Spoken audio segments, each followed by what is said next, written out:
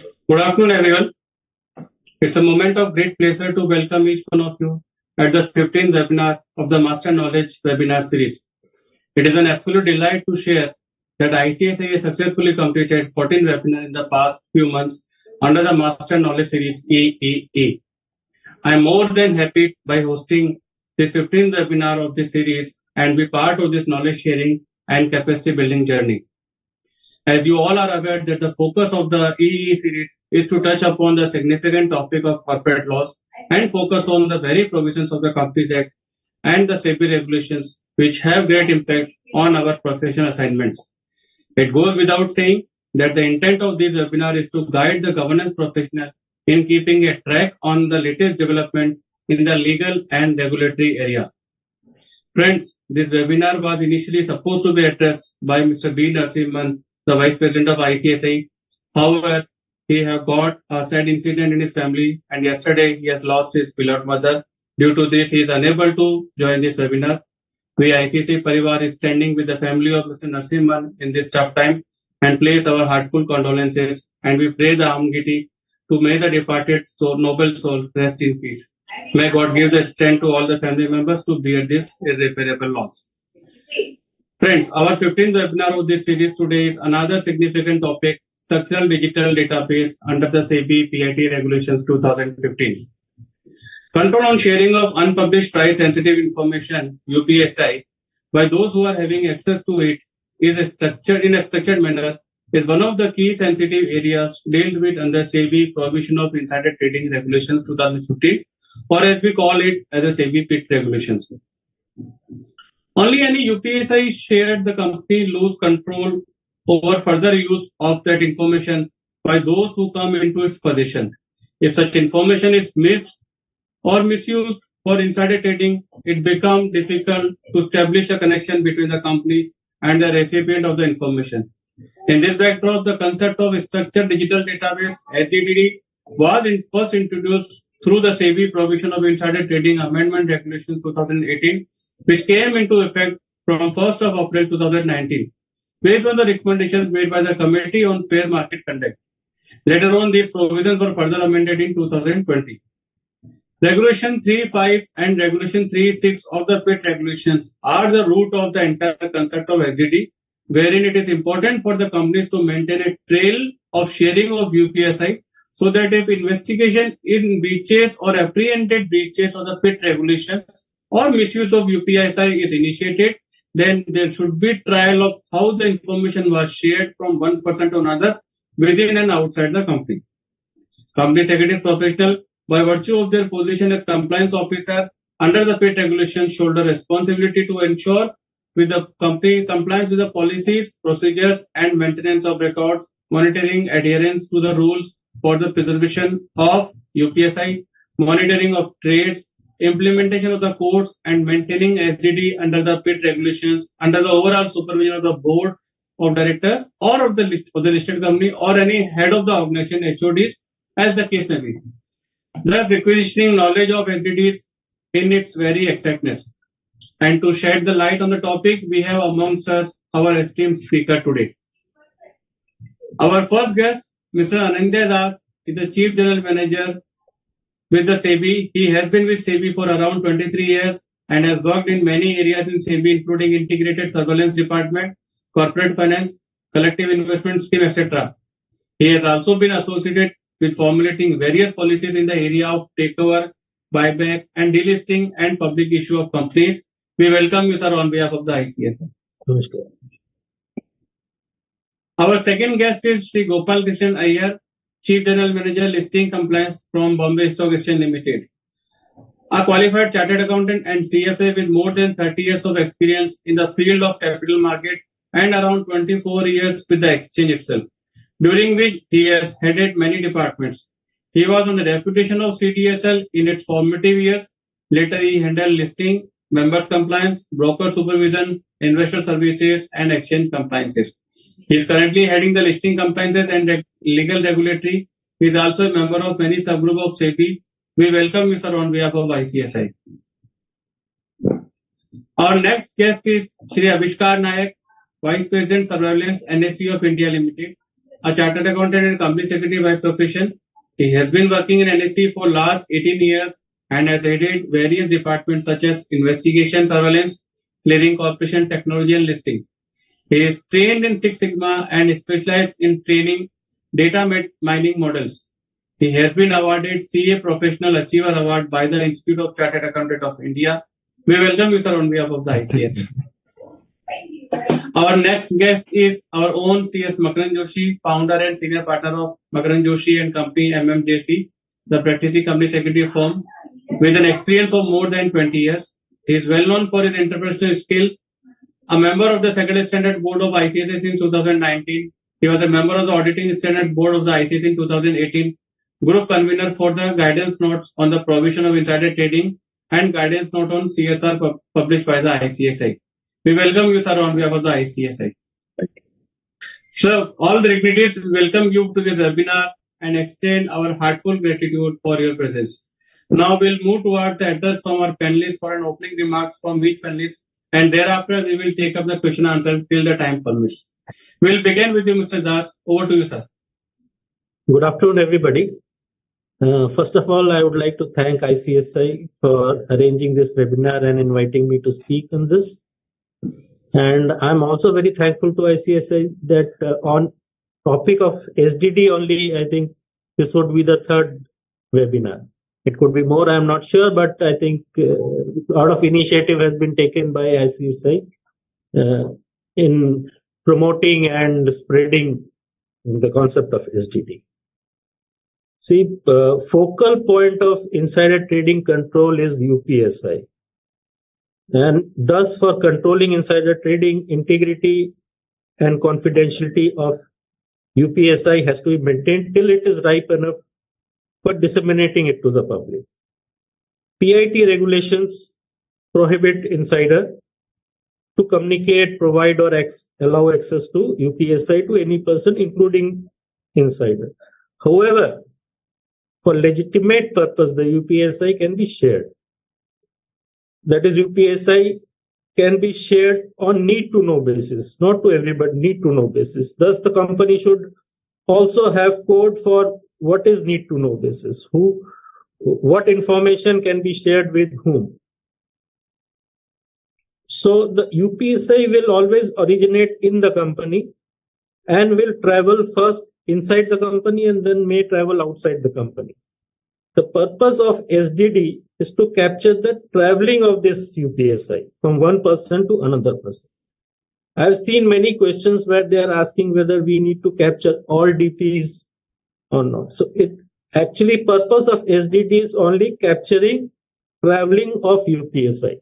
Once the UPSI is germinated, the traveling of UPSI will be captured in SDD. This recording of UPSI in SDD is for benefit of the companies also. See, you have to understand SEBI has tools to detect cases of insider trading. Who is making money? And the SEBI surveillance systems is able to detect. SEBI also has a wherewithal to track the flow of information. So if insider of a company passes on this information and found in violation, the investigation also gets into the conduct of the company. Investigation against a company affects the reputation, and thus the company faces reputational risk in the case of his. So to avoid such kind of reputational risk, it is always better to come clean and maintain such information. So it's not a warning, I'm just telling you, it is also for the benefit of the company. Now, I'll cover some issues like who needs to maintain. So, as I said, it originates from the listed company. So, the listed entity have to maintain the SDD. The maintenance will also, because there are again certain question, who creates, who updates. So maintains in this case includes creation, updating, and maintaining the SDD. So creation of records in SDD starts with origination or germination of UPSI. UPSI will germinate in a listed company and will be shared internally or externally. Once it is shared externally, details of the persons and the organization has to be captured in the SDD of the listed company. Further sharing of UPSI within the external entity have to be recorded in the SDD of external entity. So till it is within, it has to be captured within the company. So SDD within the company, and once it is going out, so the first log has to be captured by the SDD of the listed company, and subsequent traveling has to be captured by the SDD of the external company. The responsibility to maintain SDD is with the board of directors or the head of the organization. So it can be delegated. It's like many questions were there, like who will update, and so this work can be delegated to by the board of directors to a responsible person within the company, and adequate systems and controls need to be put in place so that again, information in SDD is also an UPSI. So this information accessibility also should be on need to know basis. SDD should be maintained internally, and adequate internal controls and checks with the timestamp audit trail to ensure that it is not tamperable. So thus no Excel, it cannot be outsourced, and it cannot be even maintained in a public cloud. So what needs to be recorded in SDD? Again, to make it clear, UPSI and its natures, at what time it has to be, as soon as the UPSI is germinated, with the timestamp and date stamp, along with the details of the person who have knowledge of UPSI, has to be recorded in SDD. Subsequently, whenever it is shared, it has to be recorded on immediate basis. Then updation will continue till it remains UPSI. So it either it is disclosed to the public, or the company has decided not to go ahead with the information. Then this another issue is that how long this record has to be maintained. See, it has to be maintained for 8 years from the death of the last UPSI. Death in the sense that last UPSI has come in the public domain, or the company has not gone ahead with that. And in case the company receives information of investigation or regulatory action from SEBI, the record has to be maintained till the investigations are complete. I think with that,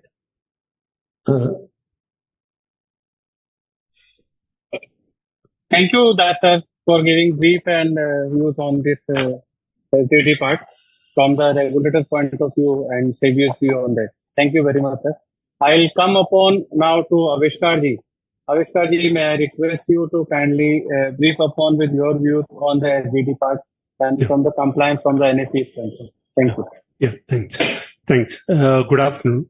At the outset, let me take this opportunity to thank ICSI for being partner in implementation of this particular regulations.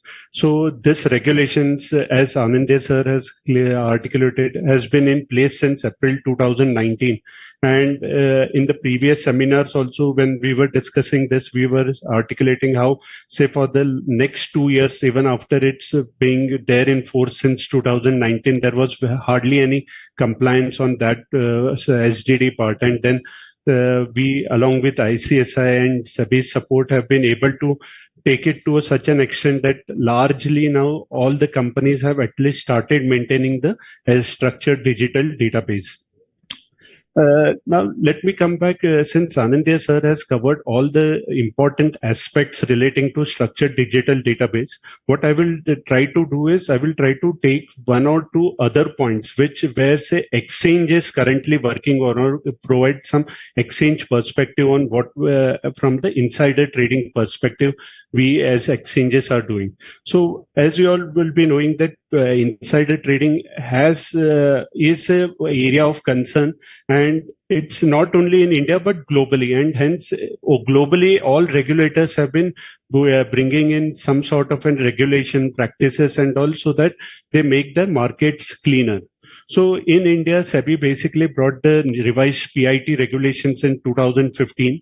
Then there were circulars, guidance notes issued. Even there was the Secretarial Standard Board has come out with the standards to be applied while being in compliance of insider trading regulation and all that. Subsequently, SEBI, to prevent insider trading, has brought certain measures like informant scheme, where say if you as an individual have certain information of some sort of a practice which is going on in the market, you can inform SEBI in an anonymous manner and be a part of the informant scheme. Similarly, there were two other SDDs. One is the system-driven disclosure and structured digital database. Both are ending with SDD, but both were brought in as one of a measure where we do help the ease of compliance from the company's perspective. So system-driven disclosures were basically looking at ways in which the burden on the compliance officer is reduced, and basis the information which is available with the exchanges, whether exchanges themselves can start disseminating the data. Recently, in the last 1 year, we have also implemented something called as this trading block during trading window closure. So till last quarter, it was on a pilot basis for the top 15 Nifty companies. And for this quarter, we have extended it to 1,000 companies. And there's a already calendar set in wherein by next year, April or so, we will be taking all the companies under that particular fold. So in this particular initiative, what we are basically saying is the moment the listed entity provides the designated PANs to the depository, the depositories will block the particular DP account, and the exchanges in turn will block the trading account from trading in that particular security where he is the designated person. So a whole lot of efforts have been taken by the regulator, exchanges, and industry has been supportive of this. And that's why if you see over a period, the number of instances of or the orders have also started reducing and all, because there's definitely some impact of the measures which are being currently taken. One important thing which actually, if you, as sir was also saying, if you look, go by the questions which have been asked or in the previous seminars and all, one important part where there is a whole lot of confusion or say understanding which is required is how it has to be implemented, because there are n number of questions on what should be the correct practice. Say there are over a period, what happens is once the regulation is in place, each organization starts following a particular practice, and others looking at the best practice also start implementing it and all that way. So that's how the entire flow works. So what SEBI has recently done is they have started something called as this Industry Standards Forum. So Industry Standard Forums at this juncture is considering two important areas of Regulation 30, and second is on ESG. At some point of time in the next month or so, they will be also taking structured digital database for discussion. What this forum is going to basically do is they will not be looking at what regulation changes or interpretation and all. Looking at each scenario, they will be coming out with the steps an organization or a listed entity has to follow so that they will be in compliance with the regulation. So many of the times where people keep on asking about certain scenarios that, okay, I have a particular scenario in which, say, there's a acquisition. So an acquisition or a merger will take 6 months time. At which point of time should I start recording it in SDD? That's a normal and genuine question, which many of the times the compliance officer is faced. So what the forum is doing, of which the exchanges is also a part, is that we will be coming out with the guidelines, broad guidelines or the standard operating process, which will guide that particular entity on how to, at what time he has to start maintaining and all. And that acts like a benchmark, or benchmark is a crude word, but that acts at least like a guiding light on how to be compliant. So this step, I think so, of SEBI will definitely over a period of time reduce the number of questions on the implementation part. Next, very briefly, I will just touch on another important part is of, as I said, say on the implementation front, now many of companies have almost been compliant in the sense they have brought in that structured digital database softwares in place and all that way. There are fairly few, around 200 odd companies who are still not in compliant completely, and there they will be taken into, as Anandya sir was articulating, there will be some sort of a action or whatever, what SEBI decides against this non-compliant companies and all that way.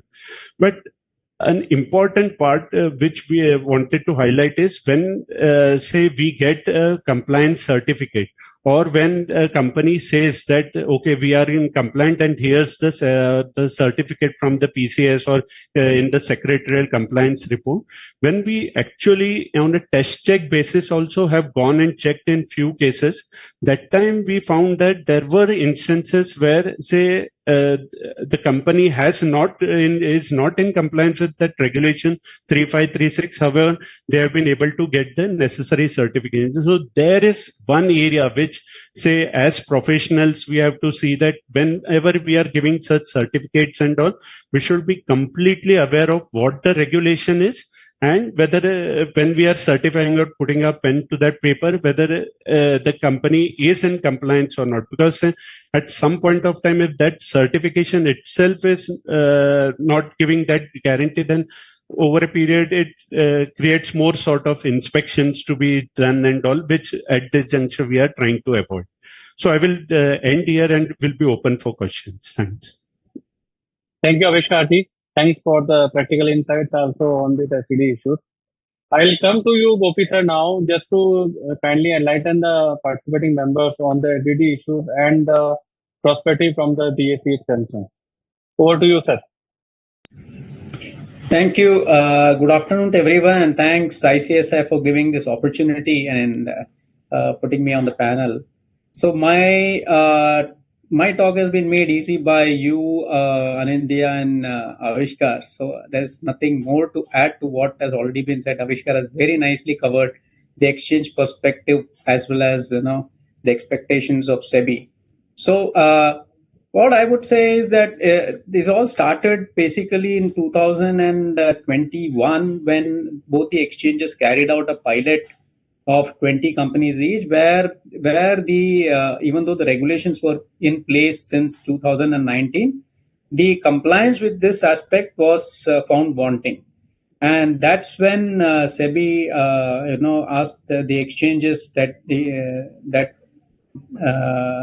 there is very dismal compliance with respect to one of the important regulations of SEBI. And that's when we started with the series. Both the exchanges started series of educating companies on the requirement of SDD, why SEBI has put in importance to this particular regulation, what is the expectation. And we had a series where we covered all the companies by now 1,000 companies. In fact, we covered all the companies by 31st of March 2022, and after which we started taking in compliance certificates, so that over a period of time the companies would get hold of the requirement and also comply with this important piece of regulation. And we are happy to note that, as Avishkar has very clearly said, that today, as we stand today, we have, if we were to look at active companies, about 280 of them are non-compliant with SDD for various whatever reasons, and for which even the SEBI ED has sensitized companies as to why it is very important that you must fall in line with this requirement, so that it is actually something which is going to make the job of the compliance professionals very easy, because today insider trading is a malaise which nobody, I mean, it is against the interest of the investors, and we need to trace and track persons who have traded based on the insider information or unpublished price sensitive information.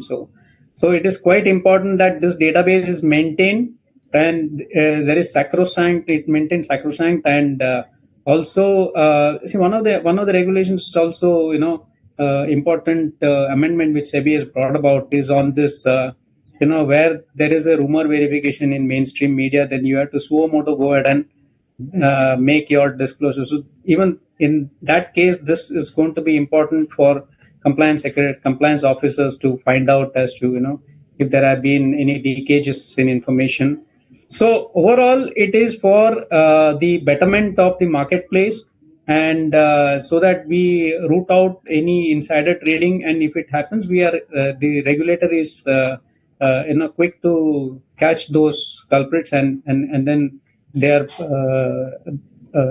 they take swift action against such persons, and we have a clean marketplace. So in it is in this with this objective that exchanges have been working with SEBI in ensuring that, and of course the ICSI, in ensuring that we ensure that we handhold these companies, all listed companies, to comply with this requirement. And hopefully we hope that by this year end we'll have all the companies compliant with SDD requirement. So with that, I would stop here, and I'll be glad to take on any questions that the participants may have. Thank you, Gopi sir. Thanks for the relevant perspective and for this SDD compliance is concerned, and the relevant compliances from the previous concerned with regulations. I'll come to you, Makran Joshi sir, now. Kindly let us know the members and viewers about the compliance perspective and from a professional's point of view also. Over to you, sir. Thank you. Thank you, Praveen ji. Thank you, Anindya sir. Thank you, Avishkar, Gopi sir. I have small PPT. Praveen, do tell me if you are able to see this. Yeah, this is visible. Just put it on presentation. That's okay. Perfect. So, everybody has discussed this part, that how this has been developing. And it is very clear that SDD is not just applicable to equity listed companies, but also to debt listed companies. So many times this question comes that whether it is also applicable to debt listed companies, and it is not only to the listed companies, but to everyone who deals with the UPSI, and therefore for practicing company secretaries like me, or statutory auditors, or merchant bankers, or lawyers also, this is equally applicable. And now Avishkar was mentioning about that quarterly certificate, which last year was a mandate to be provided by a company secretary, either in employment or in practice. And now it is part of annual secretarial compliance report. So probably going forward, this will be not a quarterly certificate, but an annual compliance certificate, right, Avishkar? And So this was basically for this SME companies and all, where this secretarial compliance report is not applicable and all that. Correct. So for them, we are still continuing with that quarterly thing, but there also we are looking at whether we can convert it to annual, because that's again a cost to them. That. Yeah, and additionally, BSE has got companies, which have a capital base less than 10 crores and CG not applicable. ASCR is applicable to companies to which CG is applicable. So we do have companies, with legacy listed companies with capital less than 10 crores and to which CG may not be applicable. So besides SME, even those companies would get covered to which ASCR is not applicable. Correct. So the both things exist as of now for different type of company. Absolutely. This is one question which Avishkar also touched upon as to when do I have to enter in the STD. So initially the information is maybe in a speculative mode, but at some place it reaches to a reasonable maturity.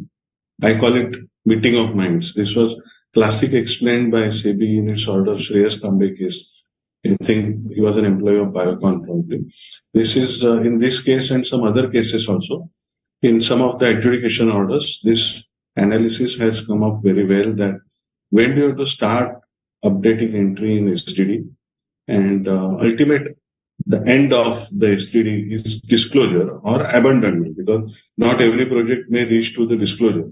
Some projects may get cancelled during the journey, and therefore every UPSI has definitely an end date.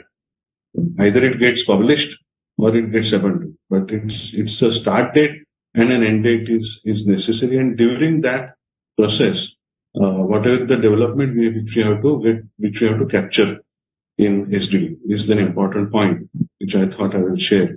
Many times I get a question that there is the perpetual UPSI. I feel that there is the perpetual UPSI. There is a possibility that because of some UPSI is always there in the ecosystem of the company, maybe some acquisition, some financial result, some dividend change. And therefore it is possible that some individuals in the organization may perpetually possess UPSI, or they may be possessing some UPSI or other. Of course, the UPSI may be different. I also feel that, for example, there was one very classic order delivered by SEBI where what is UPSI, particularly in the financial result, that analysis has also come up very well. And in that discussion, there was a point that whatever is the monthly or weekly dashboard getting reflected, whether that will be considered as UPSI or not. That case can also give us a guidance as to what all companies should consider it as a UPSI. UPSI definition itself is a very inclusive definition, and it can't be a rule-based definition, and nobody knows what can be, or nobody can say that this is UPSI and this is not a UPSI. But the companies will have to make an effort to have some framework around this with respect to what is their assessment about what is UPSI and what is not UPSI. With this Regulation 30 amendment happening, and particularly for Para-B, SEBI giving some threshold parameters for measurement of what is material information for Para-B items of Regulation 30, can also be a guidance for the listed companies for determining what they will consider it as UPSI and not. Then there are some questions that for financial result, do I have to make entry every time when I share the information? There have been some cases, Anindya sir and Gopi sir, that some companies ask me that auditor is going to publish information. Can I put his name, and secretarial auditor put his name once in, and that will be there for SDD, in the SDD for full year? Obviously, the answer to that would be no, that whenever you share the information with a statutory auditor or secretarial auditor or anybody in the company, at that time you have to make an entry. 1 year for full year is not a good idea. Similarly, during the financial year also, the information matures and it grows, it matures to a different level. And therefore, every important milestone of the same UPSI is also a good idea to capture in SDT. For example, in financial result, for example, if you are consolidating and some large subsidiaries numbers are you received from overseas. Now that is also an important milestone which should be captured. Is some example which I thought I will share with you. So, and whenever any new person gets added, for example, in financial result, first the internal accounts team will be there, then the auditor will get added, then company secretary will get added, then board will get added, and then your PR agency who is publishing the numbers, he may get added because you may have to share with him for other details, and corporate communication department may get added. So as and when somebody is getting involved, there has to be a process as per SEBI prohibition of insider trading regulation, that there has to be protocols with respect to admission of any person in the insider list, And therefore, as and when the person is shared with that information, that time SDD should capture. Mentioning all names from the start of the window closure period may not be a good practice, which many companies would like to adopt. Many times this question comes that whenever we are sharing information with bank or any regulator, maybe a tax department or any other department, and if he's not providing me with the PAN number, how do I deal with it? SEBI regulations already give us the guidance that we have to have some unique legal identifier, which we have to have, either a PAN or any other unique identifier. Best effort should be made effort. So if it is your own employee, then I don't have PAN, can't be an argument. If your own consultant he is not sharing a PAN, can't be an argument.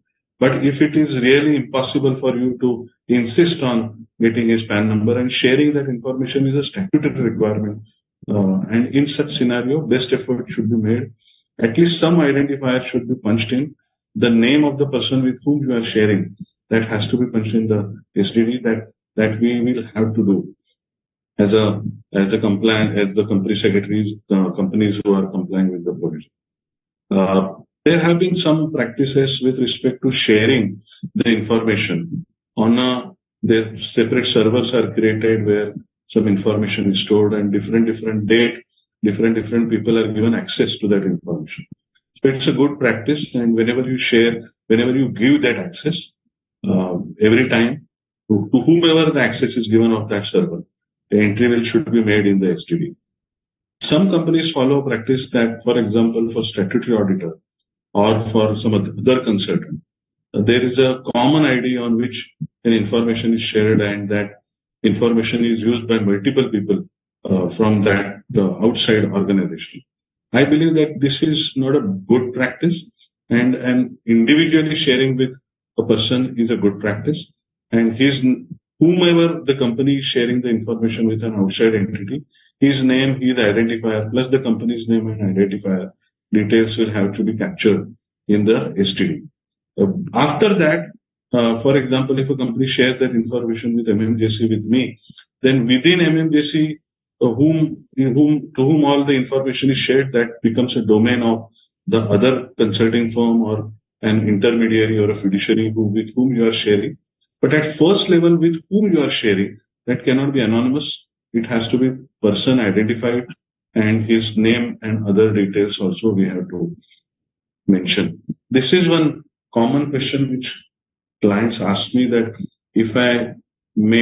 because many companies have this practice that at the beginning of the financial result preparation, so 1st April or 1st July or 1st January, they mention the name of all the finance team in one go.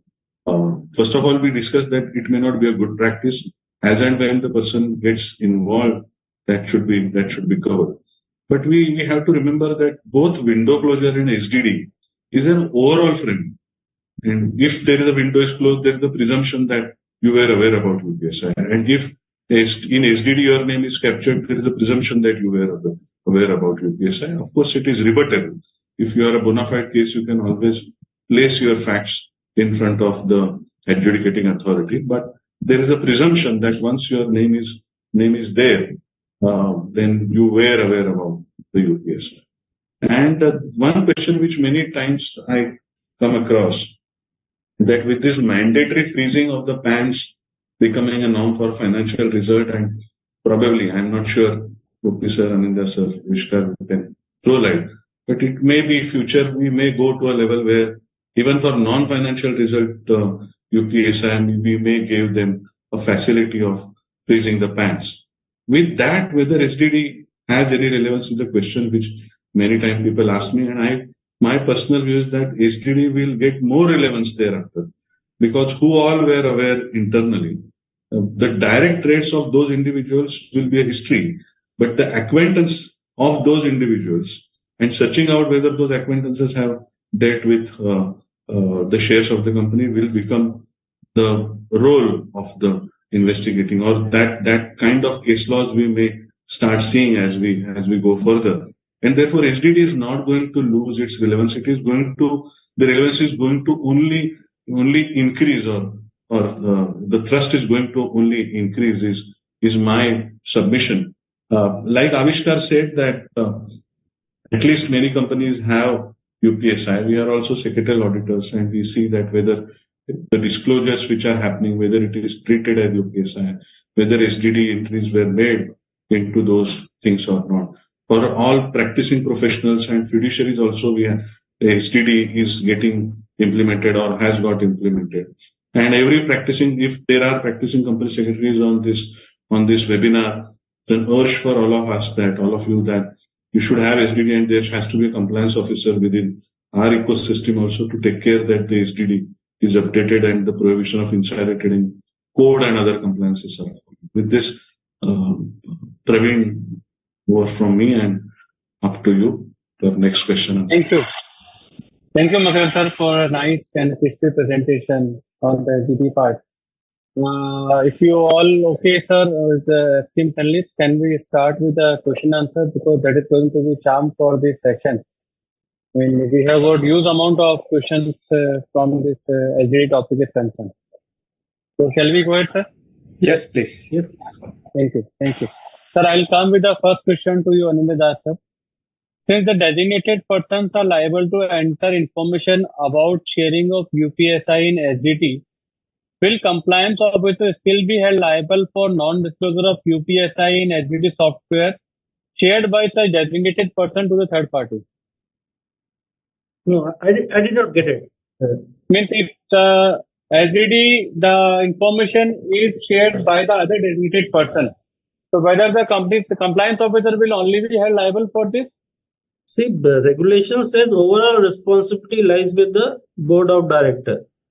So, if how the information is being entered, whether this facility has been given to designated person to enter or to the compliance officer to enter. So, if it is a designated person has to enter whenever he receives or transmits the UPSI, it will be his responsibility. And if it is a compliance officer responsibility to get the information and then enter, then it becomes a compliance officer's responsibility. But if it is the responsibility of other designated person, let's say apart from the compliance officer, then it will be the other designated person responsibility. It will not be the compliance officer responsibility. Yes, if a designated person does not inform that he is in possession and he has shared with somebody and that information is not given to compliance officer cannot update. So responsibility is with the designated person. So there's a failure. So within the company, there has to be some code of conduct. And this would be a failure of code of conduct. But sir, additionally, if let's say the system of the company is that each designated person has to put their confidential information into the software. Now, if that designated person has not put, and it was not the responsibility of the compliance officer, then still the compliance officer will be liable. No, it will be designated person. Only that designated person only.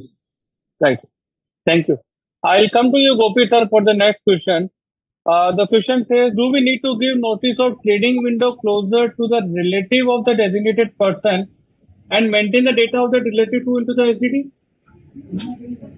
No, the trading window closure is to the designated person. So you don't have to, because how will you reach out to each of those relatives of, because the company has got span of control for the company is only up to the designated persons.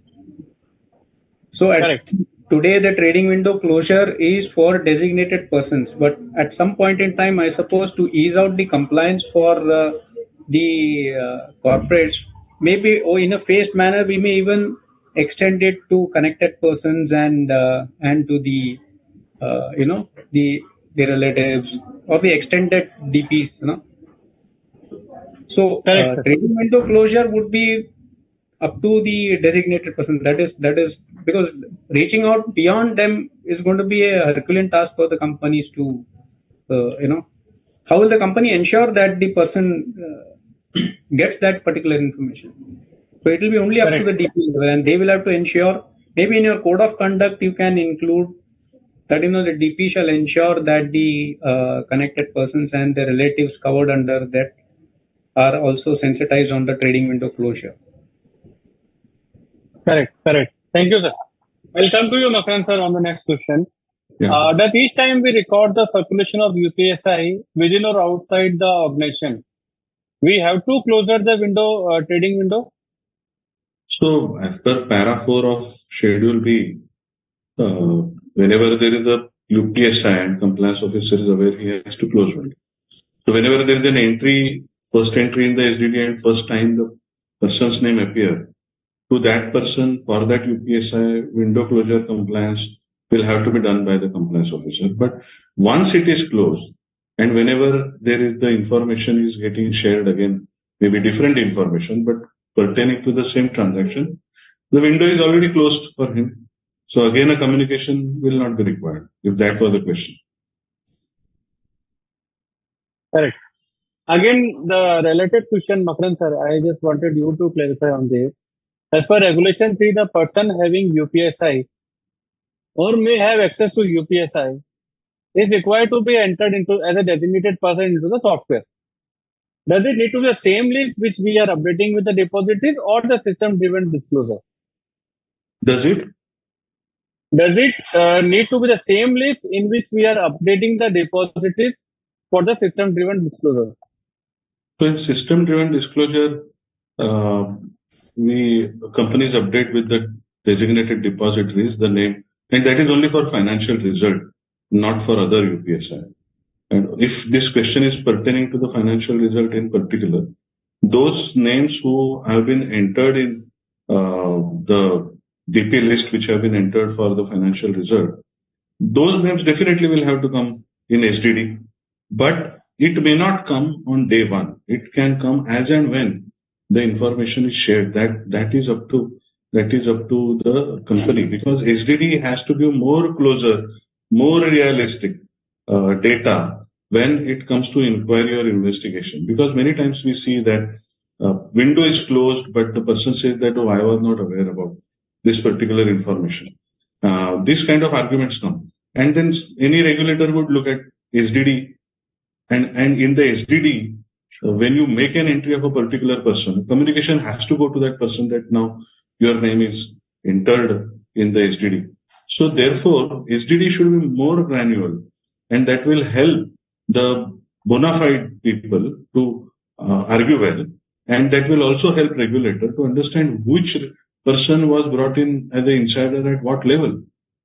There is also broader principle of need to know, and only when there is a need to know, the person has to be brought in, and therefore SDD should be giving more details than those just window closure or system-driven disclosure has. I think there's some confusion. I think Avishkar also raised it. Because this acronym is same, there is some confusion between these two different STDs. So one is system-driven disclosure, which is actually only pertaining to financial results, and that too only the designated person.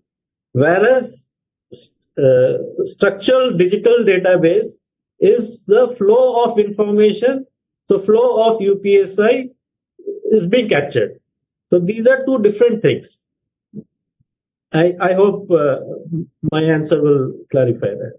Okay, perfect. Because both are different things, and the system-driven disclosure are mixed with SDD.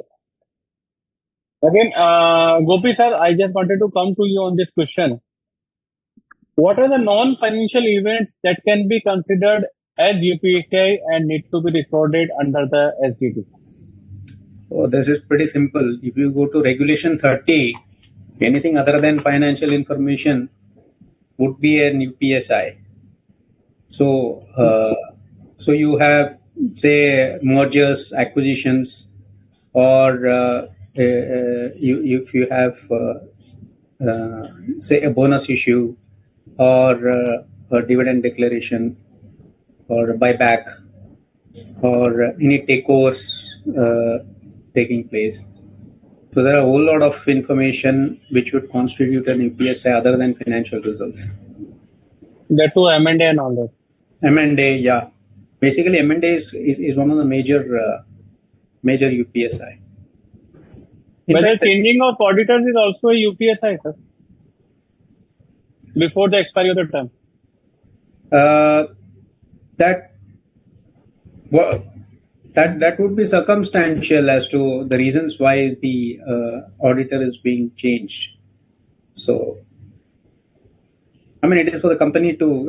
It's not a 0 or a 1 answer as to whether it would constitute a UPSI, because today market would react to any information you don't know, and if the market reacts and if there is an information there, it may be construed as that information having affected the price. So whether that was an UPSI or not. So The same thing will goes on for the change in the KMP also, be it a removal or resignation or an appointment of a resignation, yes, absolutely. Removal and resignation of a KMP is very important information. That's the reason why even the KMP is required to give in his letter. I mean, the letter is also disclosed on the exchange website as to what has he stated. Even for the directors, they need to state. I mean, the entire letter is required to be disclosed on the website to see if, because they are the ones who are very closely working in the company, and they have information on whether there is something within the company that has prompted them to resign. So that becomes a very important information. So that would be an UPSI. Yes, definitely. Correct. One relevant question is here, Gopi sir, I just wanted to clear it from you. Whether name of the auditors with whom minutes of board or committee meetings are shared, which contains UPSI, need to be included into the SDD. Now, come again. Whether the name of the auditors with whom the minutes of the board or committees have been shared, which includes the UPSI, whether this need to be included into the SDD. Absolutely. There is no, I mean, any person in possession of an information which is unpublished at the time of sharing needs to be included in the SDD. That goes well. In fact, I think the UPSI sharing is on need to know basis. So, if the auditor is seeking, if the auditor is seeking a particular information, whether the entire minutes is required to be shared with him is another question which the company needs to answer as to whether it's on a need to know basis, or it's just that we just don't want to extract that particular part which is required to be given, but we give the entire thing.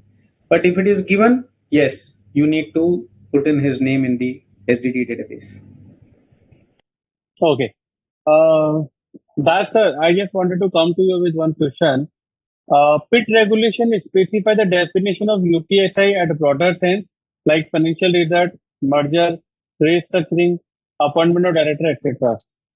Now, what are the parameters that keep to be in mind to decide whether a particular information is UPSI for proper disclosure or means UPSI or not?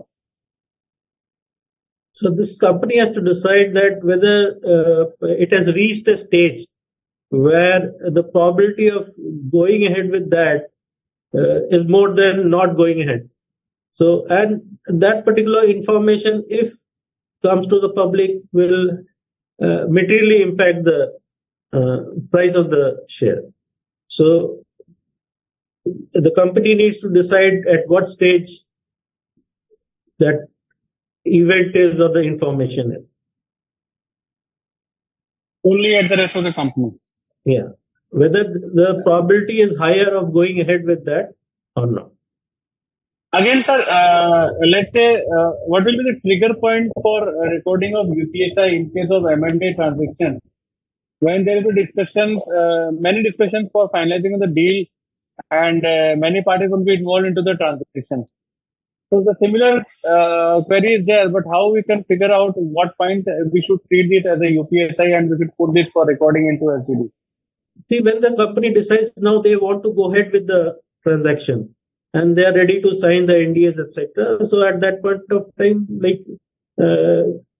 it has been crystallized. So, and if it is price sensitive, it becomes a UPSI. But let's say, sir, if an estate sale is there and there are 3-4 buyers options with the company, and they are at a very basic or grassroots level discussions are going on. But when will you decide it is UPSI? Once you click with any one of these 3-4 options available, or even at the primary level when the discussions are going on, this would be treated as an SDD? No, when it is exploring, like it is exploring with 4-5 buyers, as you said, it is still not crystallized. So once after exploration, if you think you want to go ahead with one person, so that time it has crystallized. So at that point of time, it becomes CPSI. Okay. Magaran sir, there is one question for you. If there is an entry made into the SDD for UPSI event, but later on the said event does not materialize, then should it be reported to the quarterly certificate? No, the quarterly certificate is only required for smaller companies. It is not required for the larger companies. That is in annual secretarial compliance report. In annual secretarial compliance report, at least definitely, there is no number getting quoted in annual compliance report. That was there only in the quarterly compliance report. And in quarterly compliance report, when it was there, it was about the events which got disclosed during that period, not about others. Gopi sir, you can correct me if I'm wrong. Yeah, that's correct. Okay. Gopi sir, I'll come to you with this question. In case of bank, branch auditors are appointed on an yearly basis for audit of branches, and they have access to the various confidential information which may or may not be UPSI or price sensitive. Where a bank appoints more than 250 auditors, whether all of them will become designated person by default and will require to be abide by the window closure formalities. Arvind Das sir, I will also like to have your view on this question also later on. Yes, Gopi sir. So from the bank perspective, you're saying that, see, bank perspective, because these are disparate information. I mean, 250 auditors, each one auditing a certain part of the bank's audit, may not have the full picture because he's only looking into a particular branch, which may or may not be price sensitive as compared to a auditor who is consolidating all of these and having an overall view. So in my view, the individual, the branch auditors need not be, considered for being included in SDD. But yes, the person who would have the overall financial picture of this bank, the main stat auditors or any other auditor, would be required to be included. That would be my view on this. Arvind sir, any different on this? No, I agree with him. Like because they will be looking into different branches or maybe few branches in aggregate. So individually they will not have the complete picture. And complete picture will only give the information which he can utilize. So I think I agree with what Gopi has said. Correct. Again, Praveen, on this, there are many questions which you are raising is about whether it is a UPSI. Correct. In that category, these questions are coming high. My humble submission to all our members is that it's a very subjective thing, and therefore the definition is also described under prohibition of insider trading is also not a deeming thing, or it is not an exhaustive definition. It is an indicative definition, and therefore every company, depending on its business, they should have a detailed, well thought framework about what are the parameters when we will consider what information we will consider under various spectrum of types of UPSI. And under Regulation 30, there is already responsibility casted on the company to fix some KMPs who are responsible for identifying and making a disclosure of material information.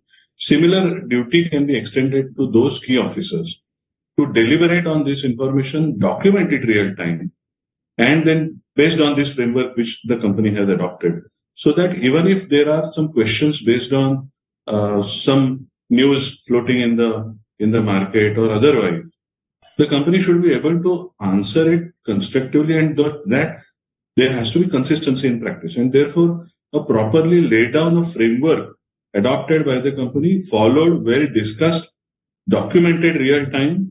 This kind of conduct will definitely help to put some discipline and system around this framing of what is UPS and when does it start. This is again subjective thing. There cannot be thumb rule for this because every time new incident will come out and then you need to think upon whether this can be considered as a UPSI or not. Yeah, but there are more than 300, 400 orders issued by the regulator, and that gives a lot of guidance about what is and when it is considered and when it is not, which arguments succeeded, so there is a lot of literature available. Correct. Beyond the definition clause alone. It's a new subject, so a lot of things are there to learn and understand about this. Again, Anindya sir, when statutory auditors generally do not provide their personal email ID for information sharing, but there is a group ID which is generally provided, which is accessed by the many of the members and team members of that auditor team. So how we can enter PAN in that case with email IDs? No, you have to. The company has to take it up with the statutory. They have to be explained. There is a regulation in place. The law of the land says that it has to be disclosed, so it has to be taken. So all the recipient of that group ID. Group ID will not do, because group ID does not tell this information is being shared with whom. Purpose of SDD is to track the flow of UPSI. The group ID will not tell. So, ID of the person to whom it has been shared has to be taken. No, I mean, if group ID has been shared and company is sharing information on group ID, then how in the SDD the PAN number will be entered? So, should we need to take the name and email IDs of every individual who is participating into that group ID? No, see, that is not desirable, because if it is shared in a group ID, then everybody can have access to that. So how even the auditing firm will control that? Because they once it is shared, the SDD obligation the auditing company will also have. No, sir, I understand. Let's say there is 100 employees to a big law firm, let's say, whatever, it's a big for anyone. But there are 12 people, those who are working on an assignment with a particular company. So for that 12 people, they create a group ID. And based on that group ID, you company need to share that information on that group ID, and it will automatically flow to all the 12 people. So in that case, while entering for the SDT, if that group ID is there, how will choose the PAN number? So then for a PAN number of all the entities who are part of the group has to be entered in SDD. All the recipient of that group IDs. Correct. All 12. All 12. All 12 with their individual names and individual email IDs and individual PAN numbers. And the PAN ID also. See, ultimately, the STD will contain the PANs of only natural persons. It cannot have a corporate ID or anything. It is always the natural person's ID, PAN, and the name which is there. Because that is the only one who can communicate the UPSI. Correct, Gopi sir. I'll come with the question to you, Gopi sir. Joint venture agreement for entering into partnership with JV partner takes long time in negotiation, drafting, and JV agreement, signing of definitive agreement, etc. In this agreement, how to decide SDD expire time? Also, there is no guarantee that JV agreement will be signed or not. How to tackle this situation? Magren sir, I'll take your views also on this question. See, this Ms. Anindya has already, said at what point in time do we crystallize. I mean, there has to, if there is a possibility of going ahead with this JV, then you need to, put this in as an UPSI. So that's very clear that if there is a definitive conclusion that you are going to proceed with this arrangement, then you need to enter into it. Then even if finally after that negotiation it fails, then you would close that particular this thing. But yes, at the time initial this thing, when it is quite clear that you're going to proceed with this joint venture and you are seriously considering this particular arrangement, you should make an entry into the STD. So you mean at the beginning of the same we should make this as an STD? We should treat this. Yeah, the moment you see you've started the negotiations, not at the exploratory stage, right? Once you have come to a stage where you have now decided, both of the partners have they said, yes, now we need to actively pursue this and go ahead with this thing. Then it becomes a definitive sort of an arrangement where the probability of going ahead is very high, and in fact it's almost like it would be near 100%. Then you should go ahead and treat that as an UPSI. Bhagan sir, your views also on this? Yeah, so there are family managed companies, for example, and a managing director tells a company secretary or a CFO that we are going ahead with this deal. That's the starting point. Or that's definitely the thing has matured. But wherever there are larger institutions, there is a formal process of entering into term sheet or some MOU where you are committing some valuation. That can also be considered as a starting point of UPSI. These are some examples. I'm just trying to manifest the principle which Anindya sir and Gopi sir has shared. That once you reasonably conclude that yes, we are willing to take over or willing to acquire this entity, how will it get manifested? There are companies, Praveen, who do not enter into any MOU, nothing direct. Two promoters meet, they shake hand, and then maybe some diligence will start. But even then, whenever that decision is done, formally, informally, internally, that's the starting point of UPSI. Depending on what type of company you are working, you will have to adopt a framework. There are institution-owned or very professional organization where there is no individual who can take such call. It's a formal process which you have to go through. Only then you can enter into some term sheet or an MOU. Then that document signing or that document execution decision can be the starting point of UPSI. And definitely. That's Makanji, that's okay. But then how to decide the SDD expiry time? The expiry time is when you enter into definitive agreement. Conclusion.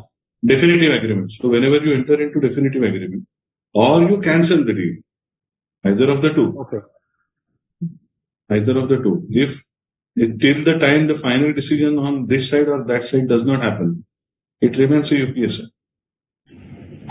So the expiry also would entail disclosures, right? Disclosures. Finally, it would be a disclosure to the exchange. Absolutely. Correct. Anindya sir, I'll come to you on the question. How the company or the compliance officer will come to know that SDD software is not tempered? Can the stock exchange of SEBI will empanel the vendors whose software is not tempered? Gopi, you would like to answer to this?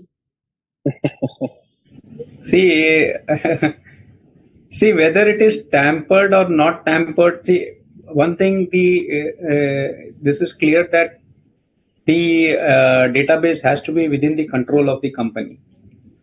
You cannot allow the vendor to access your systems. That is also not allowed.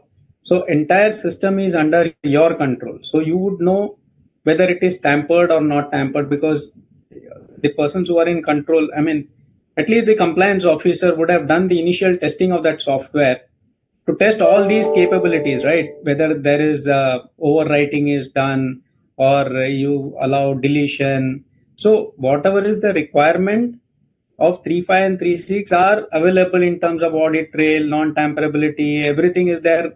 So once you have established that part of it and you have control on that software, obviously no third person can, exchange or SEBI cannot come and say that whether it is tampered or not. So even when we do the inspection of these, we ask them to make a dummy entry and ask them to delete it and show to us that, whether that can be deleted or tamperable, or you show me the timestamp for the entry that has been made. And what happens if you make an edit into that, whether the audit trail is maintained, the earlier one entry is also there, the second one is also there. So we'll go through all these aspects to see that the software is in compliance with the requirements of the regulations. Right. But still, if that can be done, it's an area of AI and hacking we are living, so no one can be stopped from doing this. Yeah, but in any case, you, as a company, you also need to have systems in place for cyber security also, which is another aspect which is going to be very important for companies to ensure. So that. And this is a part of their IT infrastructure. So when the company is looking into it, they have to look at it in holistic manner. So this part of the IT infrastructure, they have to take care that if other data is not tamperable, this also should not be tamperable. Correct. For larger companies, these processes are very mature. For smaller companies, at least they should insist that some VAP team, that vulnerability assessment, penetration testing, some kind of the issue came out when you are relying on the third-party software actually. No, but if at least those certifications, if you get those tests done from professional body, that can also give some comfort that I did my bit to ensure that this has some basic level of at least some level, not basic, at least some level of assessment is done, whether it is tamperable or not tamperable, can also be useful. Correct. I'll come to you on this question. If the UPSI is shared verbally with the company secretary or let's say the compliance officer, and then subsequently the compliance officer made entry into the SDD, is it sufficient from exchange or regulators or the secondary auditor's perspective that the recording of UPSI is shared verbally sufficient, or the CS has to prove via any document? So it has to be entered in SDD as early as possible. So oral information is also okay. Magranji, any thoughts on this? Yeah. That's up to the culture. To be recorded on but that has to be recorded immediately. At some time there are words simultaneous, so immediately. Right. Again, one more question, Anindya sir. If any discussion is held with the management that is regarding issuance of bonus shares or right issues, when does it become UPSI? When the compliance officer enter the SDD, and it is only a discussion, not confirming whether it will include in the board agenda or not. See, once the company or management decides that there will be issuance of bonus or dividend or rights, it becomes an UPSI. And the compliance officer should enter that information on an immediate basis in SDD. But whether it is not part of the agenda, let's say the board agenda has not been issued or the meeting has been called at a shorter notice, but still they are not able to finalize. So whether this should be treated as an SDD even before the issuing of the agenda, or it's been taken up by the board? No, once it is decided that they want to discuss in the board, it becomes. Because it will conclude in the board meeting, yes, they will go ahead. But once the decision has been taken that they want to go ahead with this, it becomes a UPSI. And if the board rejects it, then also doesn't matter. Then doesn't matter. Okay. Makran sir, do we also make an entry in the SDD of the information received from the client company, which is UPSI? Also, the subsequent flow of UPSI of the client company with the company, does that need to be captured in the SDD as well? Yeah, so this is probably a question coming from fiduciary or intermediary point of view. That yes, whenever we receive any information from client about his UPSI, definitely we'll have to update who shared the information to us and who received from our company, and then within the firm, who all are aware about this particular information from what day, as and when. So it is same protocol. The additional information which a fiduciary or intermediary has to maintain is who shared that information, because that's also one important piece which ultimately helps us to connect the link. I hope I'm clear. No, that's absolutely clear, sir. Again, Gopi sir, if any UPSI is entered in the SDD and subsequently any non-material changes arises, is it required to enter again? Not. What if it is material? See, anything relating to that UPSI, material or non-material, it is good to have a entry into the system, because you're sharing that particular information with whichever is a set of people with whom you are sharing this. So normally, how do you enter into? You have a particular UPSI. Say you would be giving some name to that, right? You would be giving some, say, project X or whatever. If you don't want that to be very clearly seen, so you would say a project X, and then you would know what are the information that goes into that with whom you are sharing, and that has got a trail of at various points in time what you have shared with those people with respect to that particular UPSI. So material would definitely make a would be an important this. But I would suggest that material or non-material, because we wouldn't know whether the non-material would become material at some point in time. So Okay. Sir, again, I'll come to you on the relevant question. What are the requirements for sharing of data externally? Do we need to tell them as well that the trading window is closed for them, or the NDA with the external parties which state that they will be abide by the PIT regulation should be sufficient? can you come again? I did not get the question. See, if we are exchanging the information with the outside party or third party, then whether the executing of NDA is sufficient, or should we need to tell them that you need to abide by the PIT regulations and need to inform about the trading window closure? Whenever you are sharing the information, you make that disclaimer. I mean, you make that particular requirement known to them as to what they need to do and that they are also covered under this. It's good for them to also know that what is the regulation under which they are covered, and even if they are not aware of what they need to comply with, they are at least you have put them on notice as to that they would be covered under these particular regulations, and then they are not required to trade on this particular information because they are in possession of UPSI. So it's a good practice if to tell them upfront whenever you share this information. But on that same matter, if you are sharing any other, you already put them on notice, so that would suffice that you already put them on notice on that particular item. Okay. Maganji, this question relating to secretarial auditor. If the name of the secretarial auditor is entered into the designated person list for any advice being taken, or the name of the scrutinizer is being entered for taking consent, then the same person issues certificate of entity to the company. Is this good in compliance? So he is the person who is issuing certificate, and what is the other thing? See, the person from whom the advices are being taken or the secretarial auditor is there who is mentioned as a designated person. Actually, designated person concept got changed in 2019 it became effective Vishwanathan committee. And after that, designated person is broadly not a fiduciary or intermediary. So designated person is generally the people who are in the company, including promoter, but who Inside are the person internal. It's not outside. So it is not required. But still, many companies are continuing with the old, because before this amendment happened, internal, external, both were considered as designated employees. What that kind of ecosystem was there.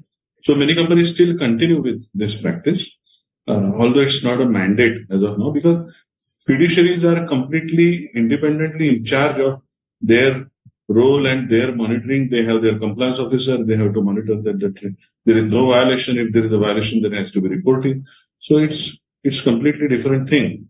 The question was if his name is entered and then he is only issuing the certificate, his name is entered because the information was shared with him as a part of secretarial audit. So that does not absolve him from, or that does not make him incapable of giving the certificate, which is to be given in his annual secretarial compliance review report. That does not become disqualification. Okay. But for the company, it is always good to make designated secretarial auditor as a designated person. Anindya sir, I'll come to you with a question. Will projections and financial data submitted for obtaining credit rating to be considered as UPSI, or receiving credit rating will be considered as UPSI, and when entry is required to be made? Sir, you are on mute. Uh, so this is this is not black and white. See, the company has to make a judgment whether the projections which they are giving, if it comes to public domain, whether it will impact the price. So people will, because these are projections. So the company has to make a judgment, and projection are based on certain aspects. So company has to make a judgment whether, if it comes in a public domain, whether it will have an impact or not. So that is one. And the credit rating, again, if it has an impact, suppose the credit rating has improved or it has deteriorated, whether it has an impact or not, the company has to take a judgment, and accordingly it has to declare whether it's a UPSI or not.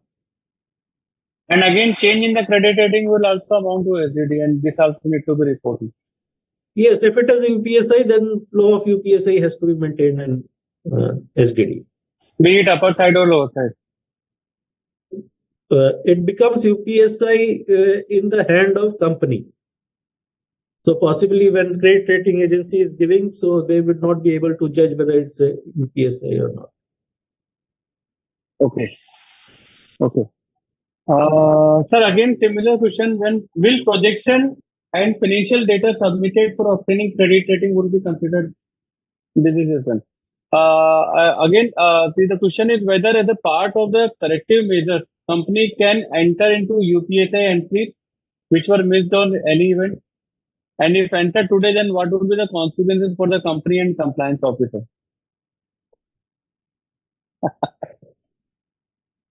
See, if the company has missed, I will say that it's better to be compliant. So better to enter it now if they have not done it earlier. Because when regulator comes and asks for information, at least they can say that, yes, I have entered it, but with a delay because of these reasons. But it's better to enter it. Thank you, sir. Highly positive stand, actually. Thank you.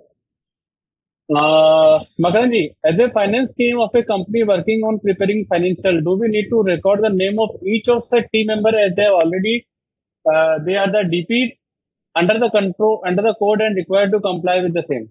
Yeah, their names will have to be entered. This we discussed, but correct, their names will have to be entered. Correct. And again, I'll ask the question here. If we update the UPSI effective up to the date after a few days of making original entry, will that amount to modification? And would the trail of the same would have to be maintained? No, can you repeat again the first line? See, the UPSI is maintained, let's say, and after a few days of making original entry, their amount to some modification. The details have changed. Yes. So this is not modification. Some earlier you had some X understanding. Now there is a Y understanding. You are sharing amongst each other. That's not a modification. It's like UPSI has been given, but now there have got some changes, so we are updating it. No change in the information which was given. Yes. So you'll again have to make an entry that this is the new information which we are sharing. See, if it becomes a new UPSI, new record has to be created. If you think that this is just a modification of minor modification of the existing UPSI, you continue with that. See, let's say if earlier I was planning to sell 10% of stake into my company, but now the company is planning to sell 25%. So the transaction is same, but the quantum has been different now. SDD has got nothing to do with quantum. It is only UPSI. So both are UPSI. So entry need to be updated. So would this amount to be a further UPSI or this entry can be updated? Either way you can do it, doesn't matter. Praveen, the classic example could have been that if I was earlier acquiring the stake, but now we decide to merge. Now that's a different UPSI. Or there have been some pronouncements where company was earlier trying to borrow against some property, and then they decided now we'll not borrow, we'll sell that asset. So that's a different UPSI, for which you require a different entry altogether, because the first transaction is not going ahead and you're talking about some second transaction. But if I am raising my valuation or increasing my dilution percentage. That's not, neither it's a modification nor it makes a separate UPSI. That wisdom each company will have to take. Okay. I'll come to you, Gopi sir, on this question. In case of an agreement is in place with fiduciaries or the service providers for confidentiality, do we still need to send notice every time after entering their details in SDD? Notice for what? Regarding the confidentiality when we are entering their details. So after this, do we need to send them notice after entering their information into the SDD? Yes, yes. So once you are going to once you make an entry into the system and you notify the the person, at that point in time, you should tell them about this being a UPSI, and then what are the applicable rules for maintaining confidentiality of that particular. So that one notice is enough, as long as you you don't need to keep updating him about that this. Probably you can give him a notice once the UPSI is closed, that it is no more UPSI. Either you made disclosure to that effect, or you have closed that particular, you have dropped that particular UPSI, so that he comes to know that now he is not in possession of that UPSI anymore. I'll come to you, Ananda sir, for two questions. Something relating to the basic issues which corporates are facing. One is, in the normal course of business, the functional heads will share the numbers or results with the MD or CFO. And this reporting may be weekly. Do you mean that each such report to be entered into the SDD? See, again, the company has to make a judgment whether the sharing of this information results in UPSI or not. So if it is a UPSI, then yes, it will go into SDD. If it is not, then suppose the sharing is of only, say, some cost figures. So maybe it is not. So again, I am not here to sit on judgment, but a company needs to decide whether sharing of this information is a UPSI or not. But sir, in cost figure, let's say if any cost corrective measures are there and company is able to achieve the reduction in cost, that would also be able to spend the benefits of the company, surplus of the company. So then it becomes a UPSI. So they have to decide whether it is UPSI or not. Okay. And one more question to you, sir.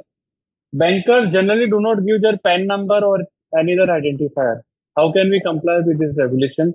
And why there is no obligation of the bank to penalize them for denying to give the PAN number? Most of the banks are listed companies now. They do have to comply with the SDD. How can they say that they will not share? So this needs to be escalated with the bank, that they have to share these details. Then the officials of the bank deny actually to give their contacts. That's the important. No, they have to take it up with the bank. So if it has to be entered, they cannot say that they will not provide.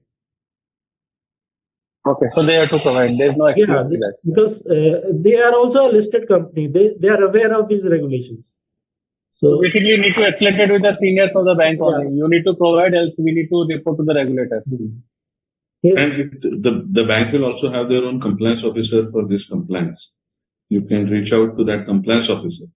That can be a good idea. There will be two codes, one as the listed and one for IFCO, that is in intermediary and fiduciary. So for that compliance, there, once the information is received by that person, he will also have to make their entry in their SDD.